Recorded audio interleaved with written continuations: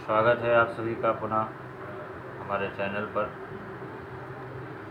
देखिए, श्राद्ध पक्ष प्रारंभ होने वाले हैं, तो जैसा कि सभी लोग जानते हैं कि ये 16 दिन श्राद्ध के जो होते हैं हमारे पितरों के निमित्त होते हैं, और शास्त्रों में ऐसा कहा गया है कि इन 16 दिनों में जो हमारे पितर हैं वो यमराज की आज्ञा से सूक्ष्म रूप में पृथ्वी लोक पर आते हैं, और जब आते हैं तो जो भी उनके परिवार हैं, जो भी उनके मतलब रिश्ते में हैं, खूनी रिश्ते में हैं, ब्लड रिलेशन में हैं, चाहे पुत्र हो, पुत्री हो, पौत्र हो, या जो है बेटी का बेटा हो, तो जो भी मतलब परिवार से जो जुड़े हुए लोग हैं उनसे ये आशा करते हैं, उनसे उम्मीद करते हैं कि श्राद्ध के दौरान जो श्राद्ध की प्रक्रिया है, ब्राह्मण भोजन, तर्पण,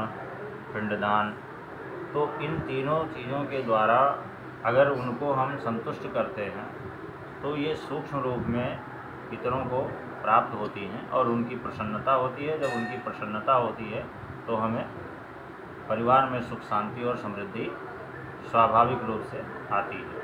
लेकिन ऐसा न करने पर, विपरीत आचरण करने पर यही जो है प्रतिकूल प्रभाव पड़ने लगता है। घर में क्लेश हो जाता है, संतति पर कष्ट आ जाता है या संतति का अभाव हो जाता है, बीमारियां हो जाती हैं, आर्थिक हानि होने लगती है, परिवार में कलह क्लेश हो जाता है, विकास रुक जाता है।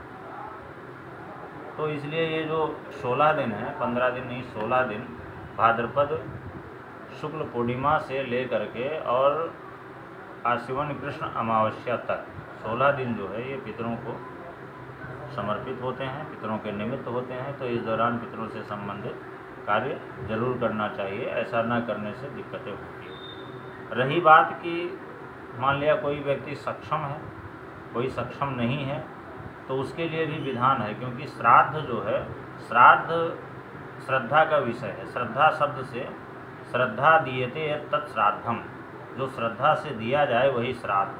तो इसमें थोड़े और बहुत का विचार भी नहीं करना चाहिए। जो व्यक्ति जिस अवस्था में, जिस स्थिति में समर्थ है, उसको उस स्थिति तक अपने समर्थता के अनुसार, अपने स्तर के अनुसार उसको करना जरूर चाहिए। मान लिया कोई व्यक्ति समर्थ है कि तीनों चीज़ें, ब्राह्मण भोजन, तर्पण, पिंडदान, सब कुछ कर सकता है, बहुत कुछ दान दे सकता है। अगर मान लिया कोई व्यक्ति इतना समर्थ नहीं है तो खाली एक ब्राह्मण को भोजन करा दे, पिंडदान न हो सके तो तर्पण करा दे, पंचबलि गाय, कुत्ता, कौवा, चींटी, देव बलि, देवताओं को बलि दे करके पंचबलि का कर्म कर दे। अगर ये भी नहीं संभव होता है तो सूक्ष्म रूप से एक ब्राह्मण को कुछ अन्नदान दे दे। ये भी नहीं हो सकता है तो किसी श्राद्ध के दिन, जिस दिन भी पितरों का श्राद्ध है, उस दिन थोड़ा सा किसी ब्राह्मण को मिष्ठान और दूध दे दे। अगर ये भी नहीं समर्थ हो सकता है तो उसको जो है, जो भी यथा संभव हो, कुछ द्रव्य दान दे दे श्राद्ध के निमित्त। ये भी नहीं हो सकता है तो गाय को जा कर के थोड़ा सा चारा खिला दे और अपने पितरों से हाथ जोड़ करके प्रार्थना करे कि वो प्रसन्न रहें, और वो प्रसन्न रहेंगे तो हमारी प्रसन्नता भी उसी में होती है।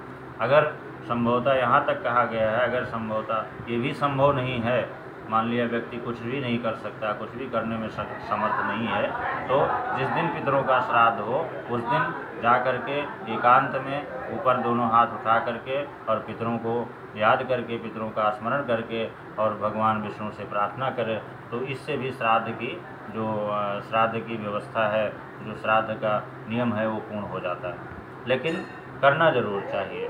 अगर कुछ भी ना हो तो जो मैंने लास्ट में उपाय बताया उससे ही पितरों को संतुष्ट करें, लेकिन करें जरूर।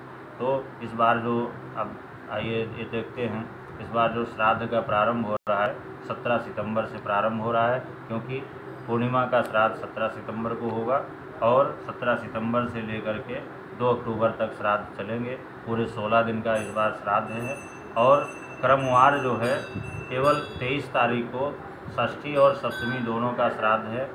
बाकी सब तिथियाँ जो हैं, सारे श्राद्ध जो है क्रम में हैं, उसमें कोई इस बार संशय नहीं है।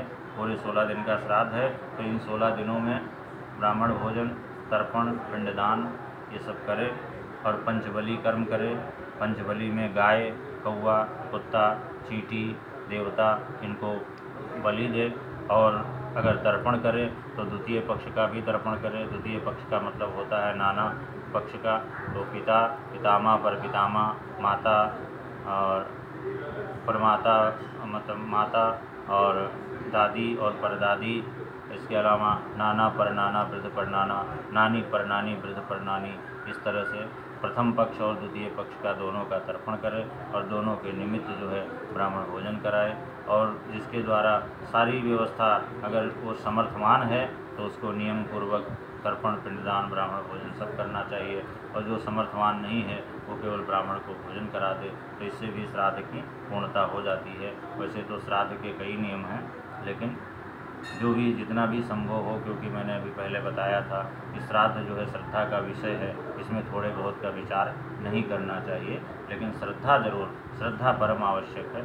श्रद्धा से अगर किया जाए तो बहुत ज़्यादा, क्योंकि इस दौरान जो पितर पृथ्वी पर सूक्ष्म रूप में आते हैं तो वो हमारे से उनका जुड़ाव होता है और वो हमसे अपेक्षा करते हैं, हमसे जो है कामना करते हैं कि उनके पौत्रों द्वारा, उनके पुत्रों के द्वारा जो भी इस रूप में, श्राद्ध के रूप में भोजन, तर्पण, दान आदि दिया जाएगा वो उनको प्राप्त होगा और प्राप्त होता है। तो इस तरह से एक बार फिर से बता देता हूँ, 17 सितंबर से श्राद्ध प्रारंभ होगा।